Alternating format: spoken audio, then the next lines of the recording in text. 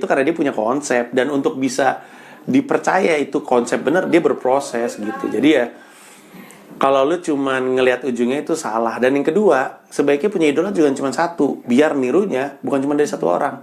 Kalau lu nirunya cuma dari satu orang, lu jadi copycatnya orang ini. Tapi kalau misalnya lu punya banyak, lu kombinasiin, ininya dapat dari si A, ininya dapat dari si B, ininya dapat dari si C, lu kombinasiin, jadilah diri lu gitu kurang lebih. Dan gue pernah lihat di berita Nadiem Makarim pun pas sebelum dia Gojek besar sekarang rapi, maksudnya pakai jas, pakai dia saat dia mempromosikan Gojek dan udah terkenal baru dia pakai kaos. Nah kalau gue bisa ngasih contoh ke mahasiswa itu, Nadiem pada dulu pun ya dia dia profesional gitu, jadi nggak ngikutin. Ya ada kutipan bagus dari ADMS. First you play by the rule, and then you play with your heart. Iya. Jadi pertama lu ikutin dulu aturannya, baru lu gunakan hati lu. Kalau aturannya mengatakan ada cara berpakaian tertentu, ya ikutin dulu aja aturannya. Kalau Mas ADMS tuh ngomongin piano, first you play by the rule. Mainin lagu ini aja dulu, tung tung tung tung tung, kling kling, gitu basic aja, basic. First you play by the rule. Kalau lu udah jago, baru lu bermain dengan hati lu terserah deh mau mengubah. Mungkin lu nggak butuh bagan lagi. Stand up juga gitu. Pertama lu ngikutin aturannya, lu nulis aja yang benar. Belum nulis yang benar, lu udah mau bikin joke tentang Islam, bikin joke tentang yang dark karena idola kayak gitu.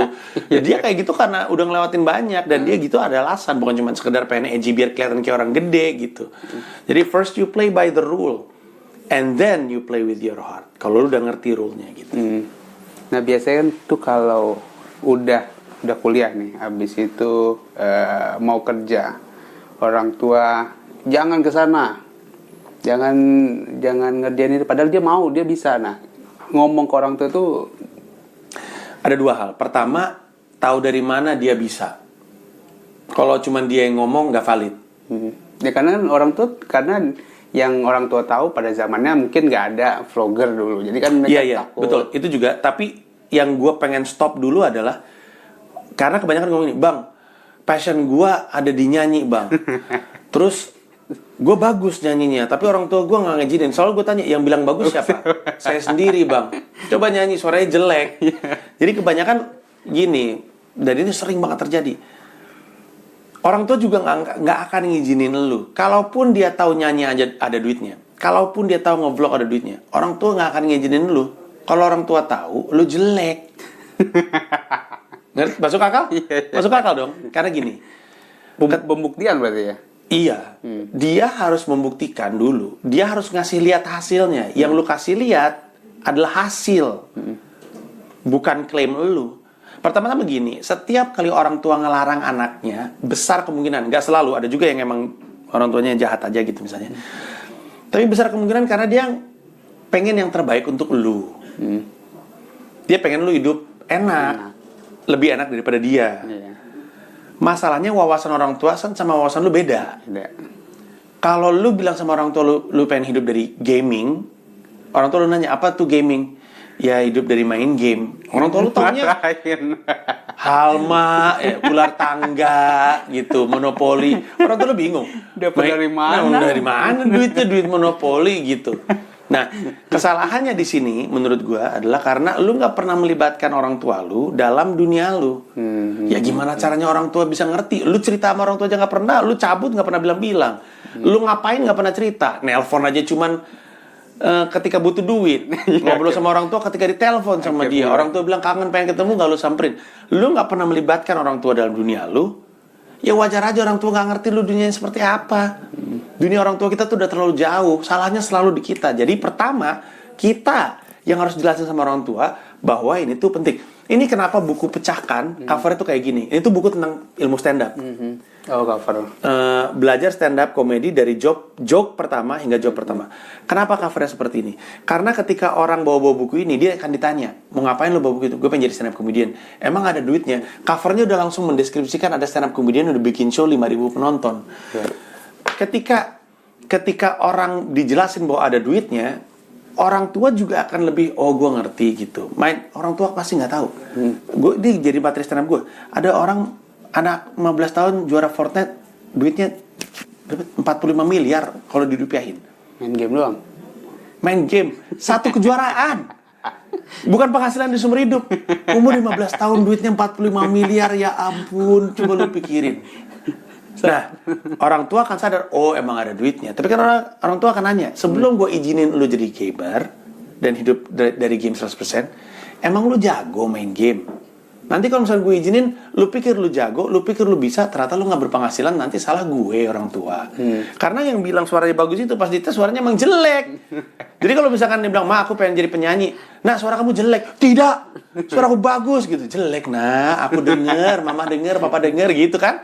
Daripada Jadi bilang dia jelek, mending coba belajar lagi. Kan kadang sedih dengar dibilang jelek. makanya menurut, ya mungkin, tapi menurut gua, kita yang harus jelasin sama orang tua kita dunianya seperti apa, dan B, kita harus membuktikan sama orang tua. Jadi gerilya dulu aja.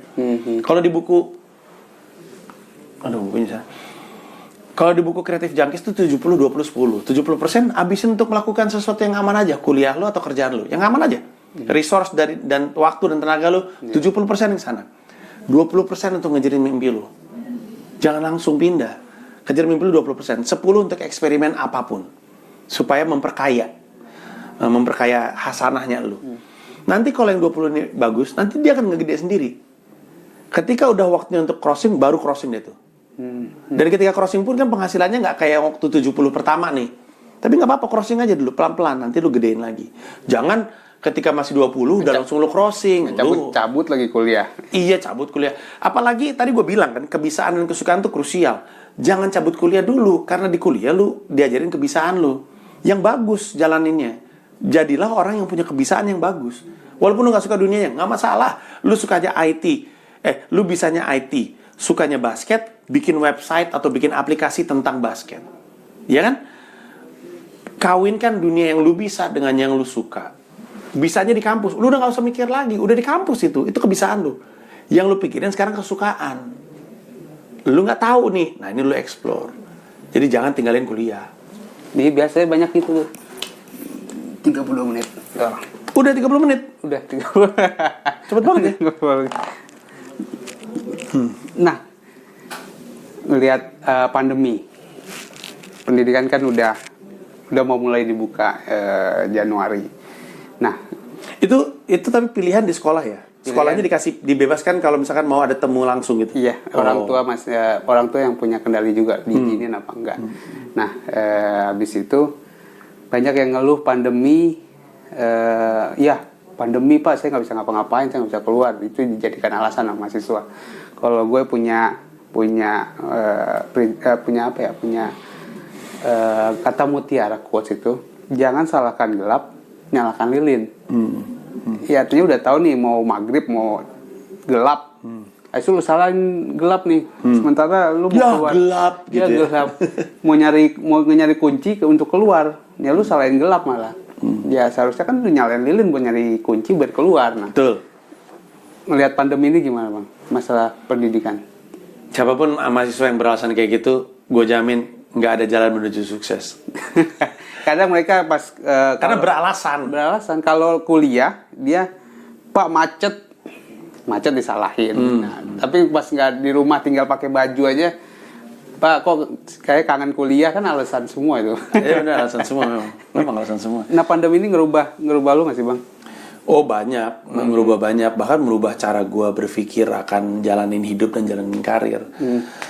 Dalam kaitannya pendidikan juga intinya gini sih. Percuma berharap semua berjalan sesuai dengan yang lo pengen. Yeah. Pasti berubah. Entah lu yang ubah atau lu ikut berubah. Udah pasti itu. Gue jamin deh itu.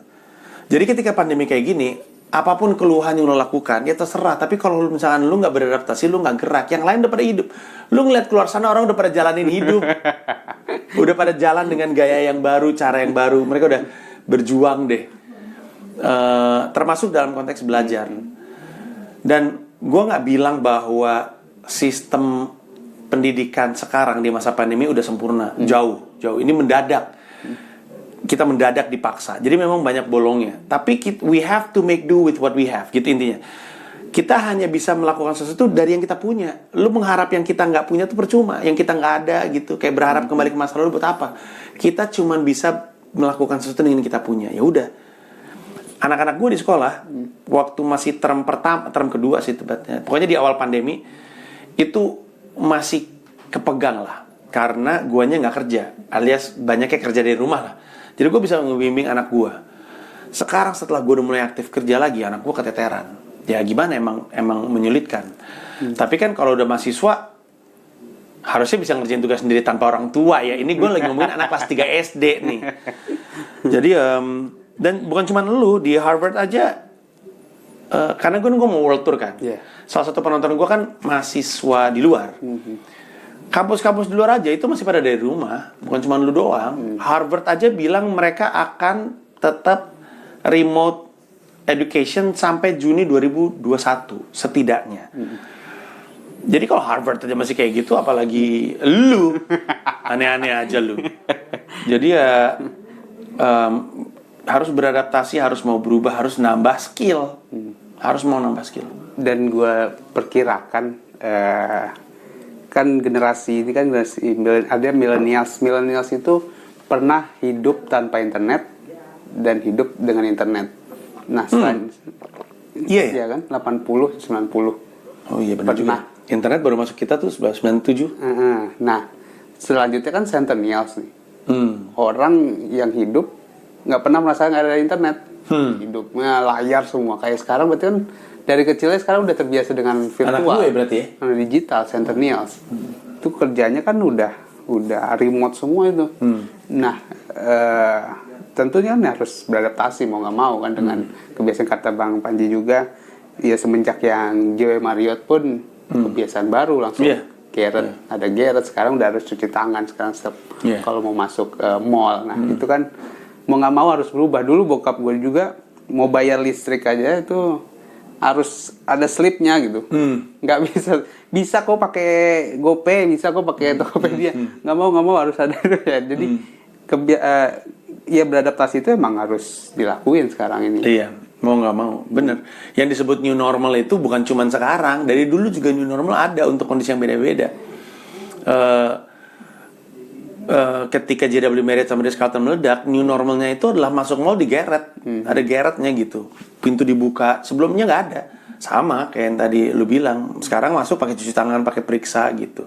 Bahwa lama-lama jadi facial, jadi makeup doang, ya itu hal lain. Tapi emang itu sesuatu yang udah mengubah kehidupan kita gitu. Ya mau gimana lagi? Oke. Kalau memulai bisnis tuh gimana, Bang? Nah ini kadang ada yang nekat-nekatan, gue coba-coba aja tapi takut gitu. Pertama-tama dasar pemilihan idenya tuh ada banyak istilahnya school of thought. Gua tipe yang percaya lu memulai bisnis dari dunia yang lu cinta. Karena satu lagi dunia yang ada, lu ngelihat peluangnya dulu. Jadi ada orang yang jalanin bisnis karena ngeliat ada peluang bisnisnya, ada yang jalanin bisnis karena dia cinta dengan dunianya. Nah, gue selalu pilih yang ini. Karena dua-duanya pasti berat. Tapi kalau lu cinta sama dunianya, lu akan bisa bertahan karena emang cinta. Gue terlalu banyak soalnya ngeliat yang di sebelah sini lagi tren warnet.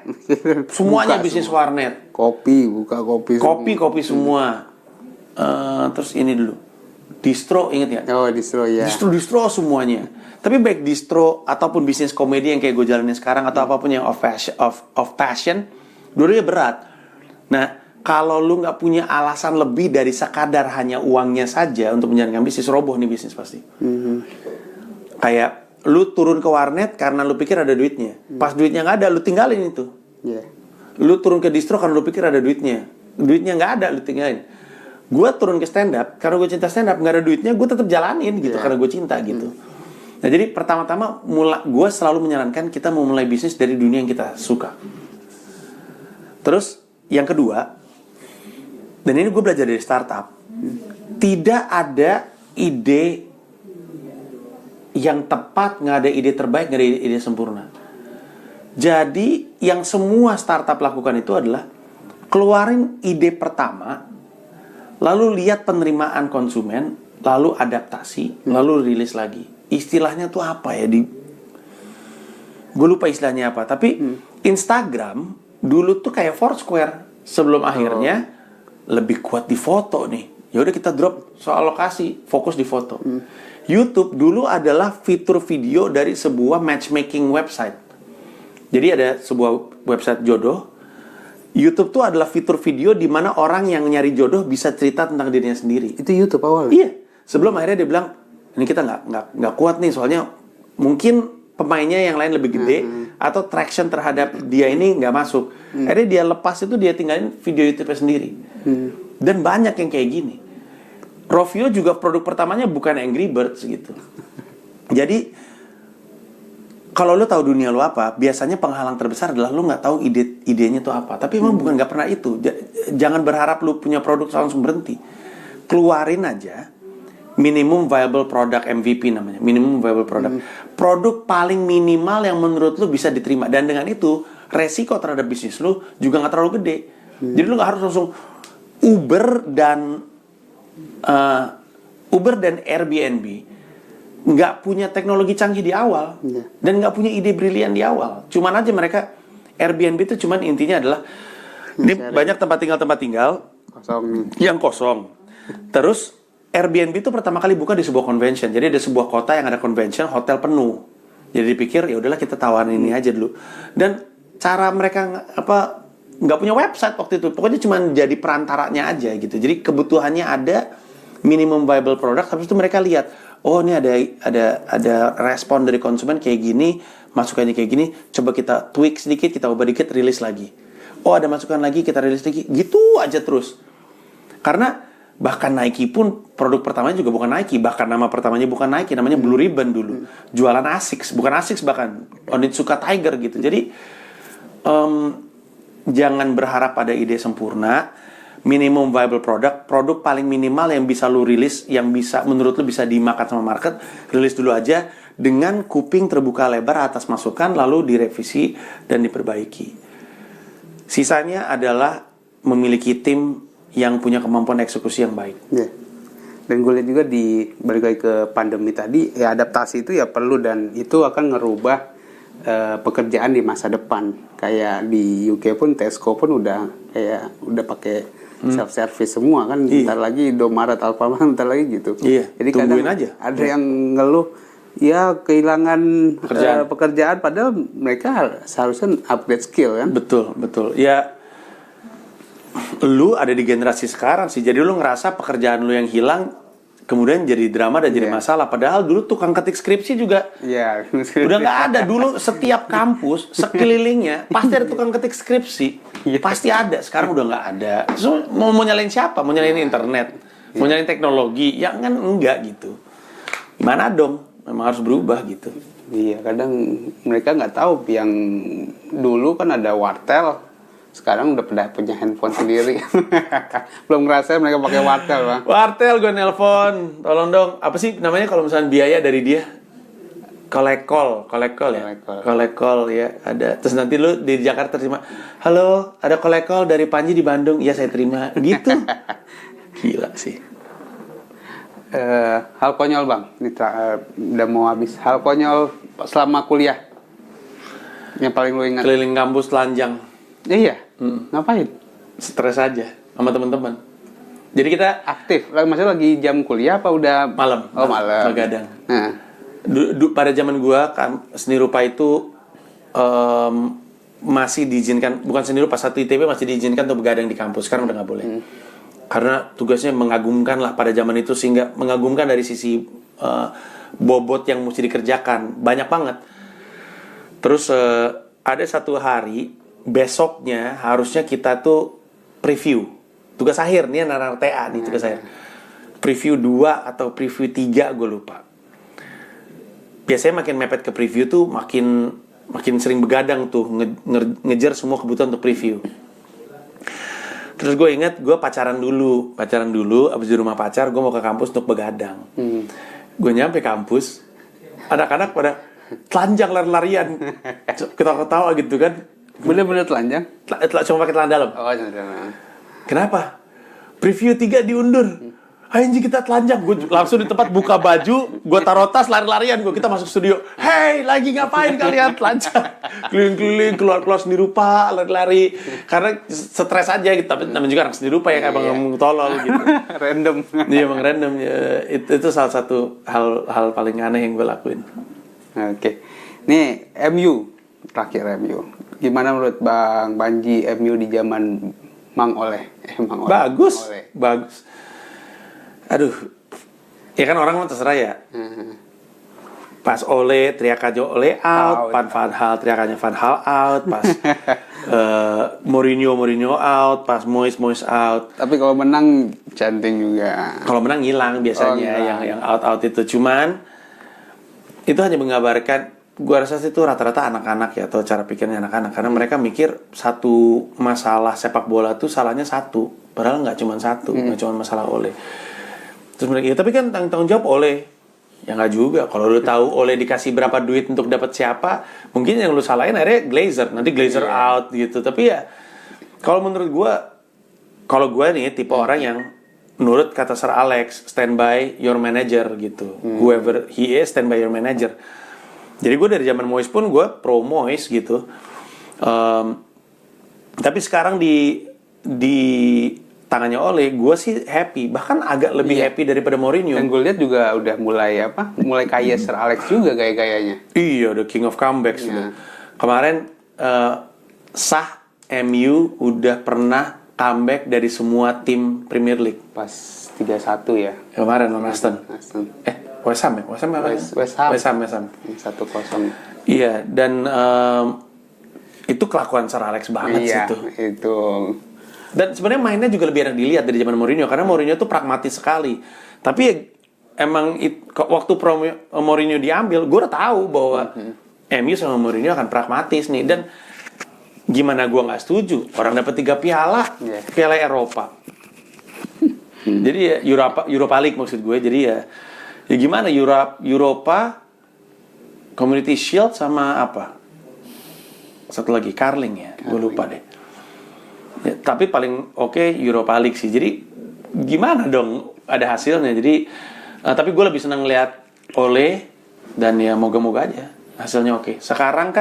Sekarang ini saat video ini lagi dibuat, MU tuh masih nabung 1 pertandingan, yang lain udah 11. Bener. MU masih 10. Udah 10 aja kita di kalau menang tuh masuk 3 besar. 3 besar betul. Jadi ya oke lah. Mantap. Bismillah. Pulang perang kapan, Bang? Belum tahu lagi. Belum ada rencana. Ini terakhir apa? Valdo kan zaman gua. Oh iya. Ini udah. Udah. Valdo. Oke, tutup dulu. Makasih, Bang. Thank you. See you. Dadah. Tunggu di YouTube. Iya.